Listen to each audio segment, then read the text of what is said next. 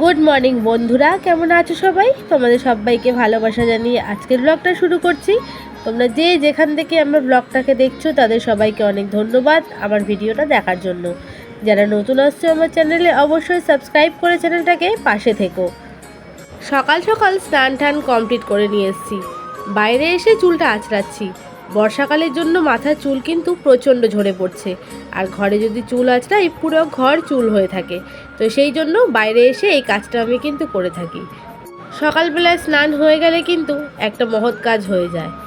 বরে অবশ্য রান্নাবান্না সেরে করতেই হয়, তবুও সকাল সকাল হয়ে গেলে কিন্তু অনেকটাই ভালো লাগে।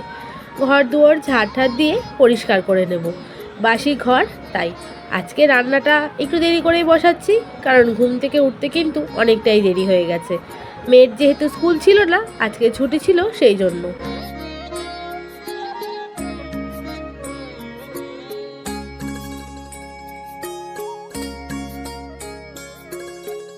সকালের কাজবাজ সেরে চলে আসলাম ঘরে। এই কাজটা যদি সকাল সকাল হয়ে যায় তাহলে মনে হয় সারাদিন কিন্তু অনেকটাই হালকা লাগছে। বিছানা গোছানোটা আমার কাছে কিন্তু বড় কাজ বলেই মনে হয়, যদিও এই কাজটা কিন্তু প্রত্যেক দিন সারার পাপাই করে দিয়ে যায়। আজকে যেহেতু আমারই ঘুম থেকে উঠতে লেট হয়ে গেছে, তো সেই জন্য আর করা হয়ে ওঠেনি।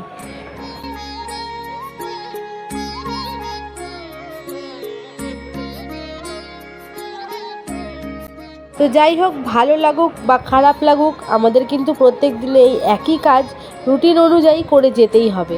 আমাদের মধ্যবিত্ত ঘরে সংসার যেমনই হোক না কেন, কাজবাজ প্রত্যেক দিনের কিন্তু একটুও বাদ দিলে চলবে না। মেয়ে যাবে এখন ব্রাশ করতে। পেস্টটা যেহেতু একদম শেষের মুখে, তো ওর আবদার এখন নতুন প্যাকেট দেওয়া। কিন্তু ও তো বাচ্চা বোঝে না, আমাদের মধ্যবিত্ত ঘরে কিন্তু স্বামীর অল্প বেতন দিয়েই সারা মাস কিন্তু চালাতে হয়। ওই যে প্যাকেটটা রয়েছে ওর মধ্যে যা পেস্ট আছে এখনও কিন্তু 3 থেকে 4 দিন চলে যাবে। তো বাচ্চা মানুষ, যাই হোক, চলে এসেছি রান্নাঘরে। এবার বানিয়ে নেব সকালে সবার জন্য ব্রেকফাস্ট। আজ আর তরকারি করব না, আজ ডিম দিয়ে পরোটা করে দেবো। এটাই সকালে কিন্তু ওরা খেয়ে নেবে। এই ডিম দিয়ে পরোটাটা খেতে ভীষণ ভালো লাগে।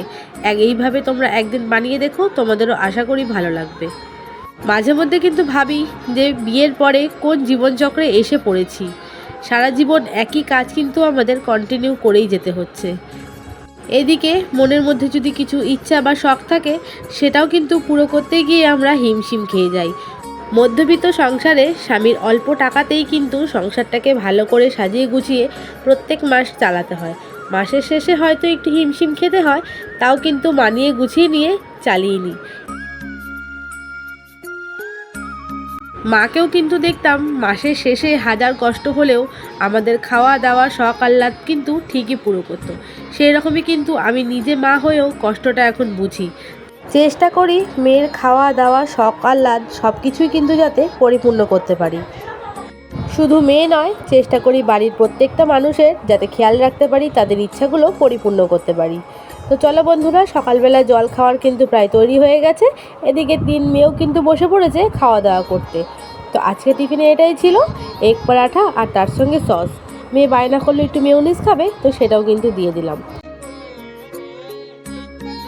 তো ওদেরকে জল খাবার দিয়ে আমরাও কিন্তু খেয়ে নিয়েছিলাম। তবে আমি আর ডিম দিয়ে পরোটা খাইনি, চা দিয়ে কিন্তু আজকে রুটি খেয়ে নিয়েছিলাম। ভাত বসিয়ে দিলাম পেঁপে সেদ্ধ দিয়ে। আর আজকে বাচ্চারা স্কুলে যেহেতু ছুটি বাড়িতে রয়েছে, তাদের আবদার আজকে চিকেন খাবে। আমাদের বাচ্চাগুলো চিকেন খেতে তো ভীষণই ভালোবাসে।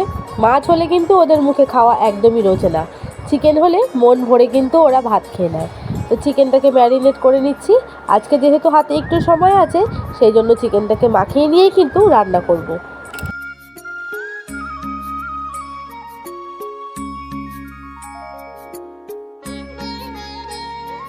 চিকেনটাকে ম্যারিনেট করে রেখে দিলাম কিছুক্ষণ সময়ের জন্য। কয়েকটা জামা কাপড় ছিল, সেইগুলো ভিজিয়ে দেব।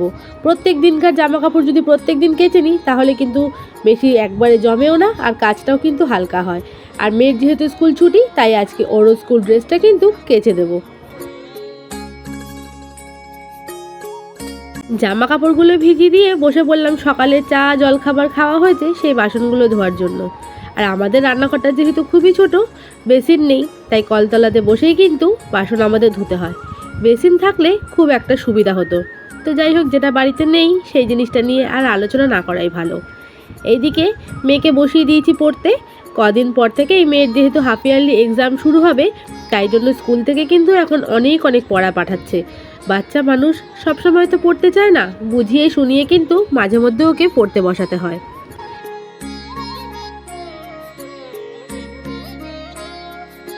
এদিকে পড়তে বসানোর সঙ্গে সঙ্গে রান্নাটাও চাপিয়ে দিয়েছি। যেহেতু চিকেন হবে আর খুব একটা বেশি রান্নার ঝামেলা নেই, চিকেন হলে তো অন্য কিছু আর রান্না করতে হয় না, তাই ভাবলাম যে হাতে যখন সময় আছে মেয়েটাকে একটু পড়তে বসিয়ে দিই।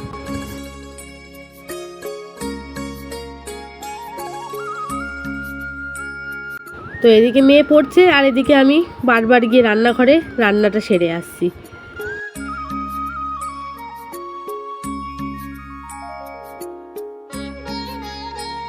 তো চিকেন প্রায় অর্ধেকের বেশি রান্না হয়ে গেছে। চিকেন কষা হলেই, ঝোল করলেই কিন্তু রান্না শেষ।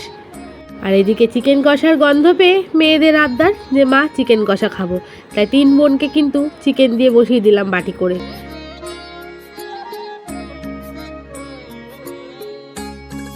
রান্না বান্না আমার সমস্ত কিছু কমপ্লিট, শুধু স্নানটাই বাকি ছিল।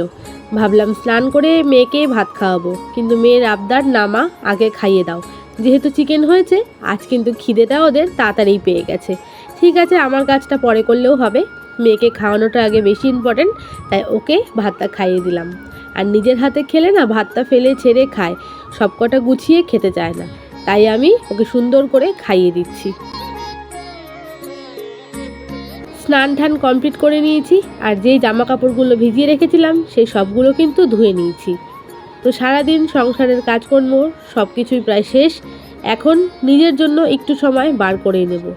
আমরা মহিলারা কিন্তু বাড়ির কাজকর্ম করতে করতে নিজের জন্য সময় বার করতে একদমই ভুলে যাই, কিন্তু আমাদের উচিত সংসারের কাজের পাশাপাশি নিজেদের জন্য একটু সময় বার করে নেওয়া।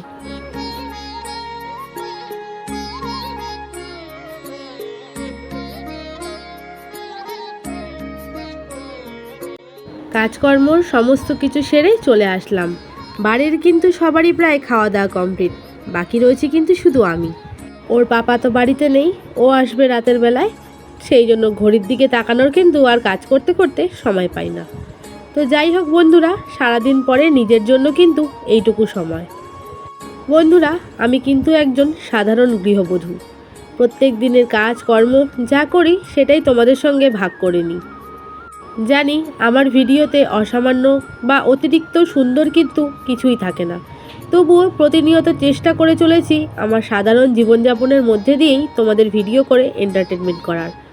তো আমার ভিডিওর কিছু যদি তোমাদের ভালো লেগে থাকে অবশ্যই একটা লাইক, কমেন্ট, শেয়ার করে যেও। যারা নতুন আসছো আমার চ্যানেলে, প্লিজ চ্যানেলটাকে সাবস্ক্রাইব করে পাশে থেকো। তোমাদের সাবস্ক্রাইব আর একটা লাইক কিন্তু আমাকে এগিয়ে নিয়ে যেতে অনেকটাই সাহায্য করবে। আর যেসব আমার পুরনো বন্ধুরা প্রথম থেকে আমার পাশে আছো তাদেরকে অনেক ভালোবাসা। আজকের এই ছোট্ট ব্লগটা এইখানেই শেষ করব। তোমাদের সঙ্গে দেখা হবে পরের ব্লগে। আর হ্যাঁ বন্ধুরা, আমার এই ছোট্ট ব্লগটা সারাদিনের কাজকর্ম তোমাদের কেমন লাগলো কমেন্টে অবশ্যই জানিও। যদি কিছু ভুল ত্রুটি থাকে সেটাও কিন্তু জানাতে কেউ ভুলো না। তাহলে তোমাদের সঙ্গে দেখা হচ্ছে পরের ব্লগে।